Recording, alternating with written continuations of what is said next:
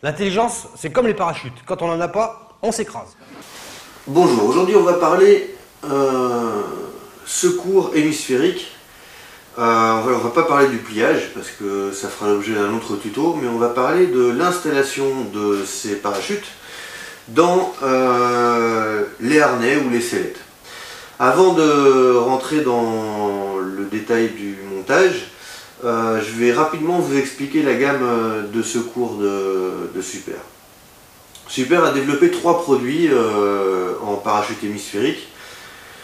Le Start, comme son nom l'indique, c'est le premier secours qu'on va acquérir. C'est un secours qui est principalement vendu aux écoles et par l'intermédiaire des écoles.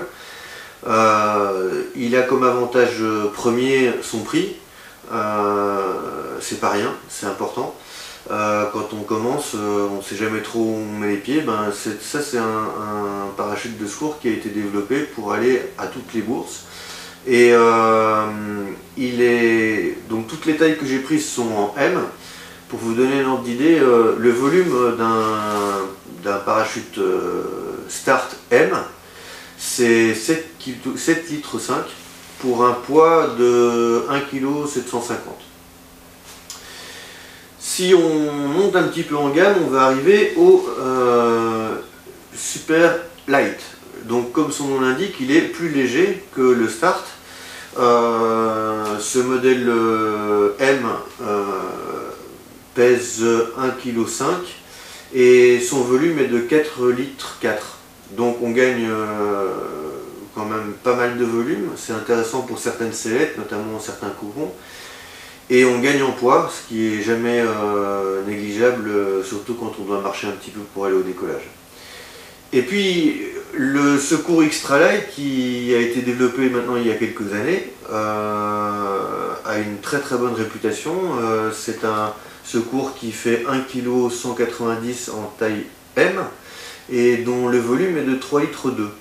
Donc quand on marche, avoir un faible volume et un faible poids, les deux sont très intéressants parce que les sacs sont plus petits et parce que tout ce qu'on ne doit pas porter, évidemment, c'est de l'énergie qu'on gagne pour la montée. Voilà, ça c'était un petit tour rapide de ces trois modèles. Alors celui-ci, en fait, c'est simplement un Start, mais pour biplace. Et lui, il fait 10 litres. Donc c'est un gros secours. Mais en biplace, on marche très peu, donc c'est pas très grave. Et ce secours biplace, Super fait des secours biplace développés en Extra Light aussi, qui font 7 litres et de mémoire aux alentours de 3 kg, par là un petit peu au-dessus de 3 kg. C'est pas très important. Je vais mettre donc ce parachute biplace de côté parce qu'on n'en a pas besoin tout de suite. Je vais recentrer un petit peu tout ça. Voilà. On se retrouve donc avec nos trois parachutes solo, tous des M, l'Extra Light, le Light, le Start.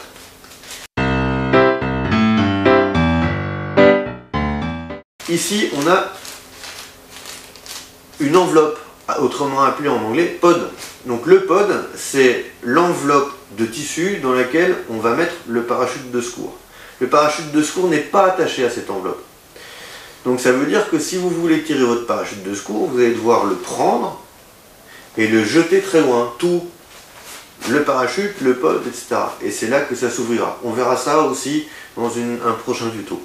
Simplement pour vous dire que c'est le pod ici que nous allons installer avec le parachute à l'intérieur dans la sellette. La première chose qu'on va faire, c'est retourner le pod.